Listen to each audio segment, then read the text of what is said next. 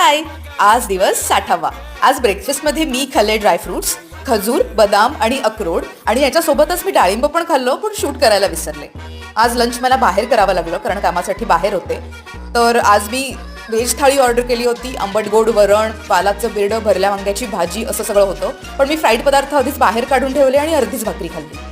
आता काय आहे ना, त्या लंचमध्ये सगळ्या गोड गोड भाज्या होत्या, त्यामुळे मी त्या खूप जपून जपून खाल्ल्या आणि फायबर इंटेक पूर्ण झालाच नाही. म्हणून मग स्नॅक टाईमला मी दह्यामध्ये भरपूर कोथिंबीर आणि पुदिना घालून ताक करून घेतलं. It was yum. डिनरमध्ये शेवपुरी आणि छोले समोसा याला हातही न लावता मी गाजराची कोशिंबीर खाल्ली आणि नाचणीचा दुधी घालून केलेला पराठा अर्धाच खाल्ला, कारण मी रात्री खरं म्हणजे कार्ब्स अवॉइड करते.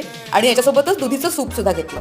वर्कआउट जिममध्ये जाऊन केला, पण ना आज मला मेकअप रिमूव्ह करायला वेळ नाही मिळाला. मेकअप चेहऱ्यावर ठेवून व्यायाम करणं खरं म्हणजे चूक आहे, पण आज काही इलाजच नव्हतं. ऑडिशन करून डिरेक्टली मला जायला लागलं आणि छान वर्कआउट झाला.